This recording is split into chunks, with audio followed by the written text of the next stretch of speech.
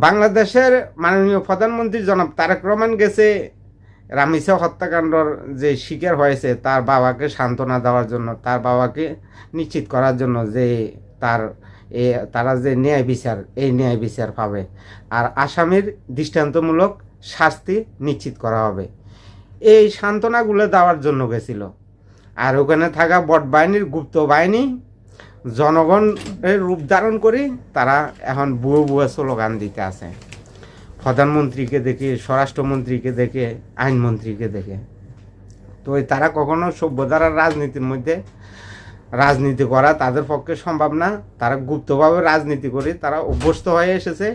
এই কারণে তারা এখন তাদের মানে মনোভূতি মতো যদি কিছু না হয় তখনই তারা বুয়া স্লোগান দেয়, বিভিন্ন জায়গায় বিভিন্ন বিশৃঙ্খলা শুরু করে দেয়। তো এই নাসিরউদ্দিন পাটোয়ারির কথা আমি আমার দ্বিতীয় ভিডিওতে বলবো। নাসিরউদ্দিন পাটোয়ারি জনগণের দোলাই খেয়েছে উল্টাপাল্টা বক্তব্য দেওয়ার কারণে, জনপ্রতিনিধিদের ব্যাপারে খারাপ মন্তব্য করার কারণে। আমি বলেছিলাম নাসিরউদ্দিন পাটোয়ারিকে যত দ্রুত সম্ভব যে পাবনা মানসিক ফাগলা গারদ আছে এই ফাগলা গারদে নিয়ে ভর্তি করানোর জন্য।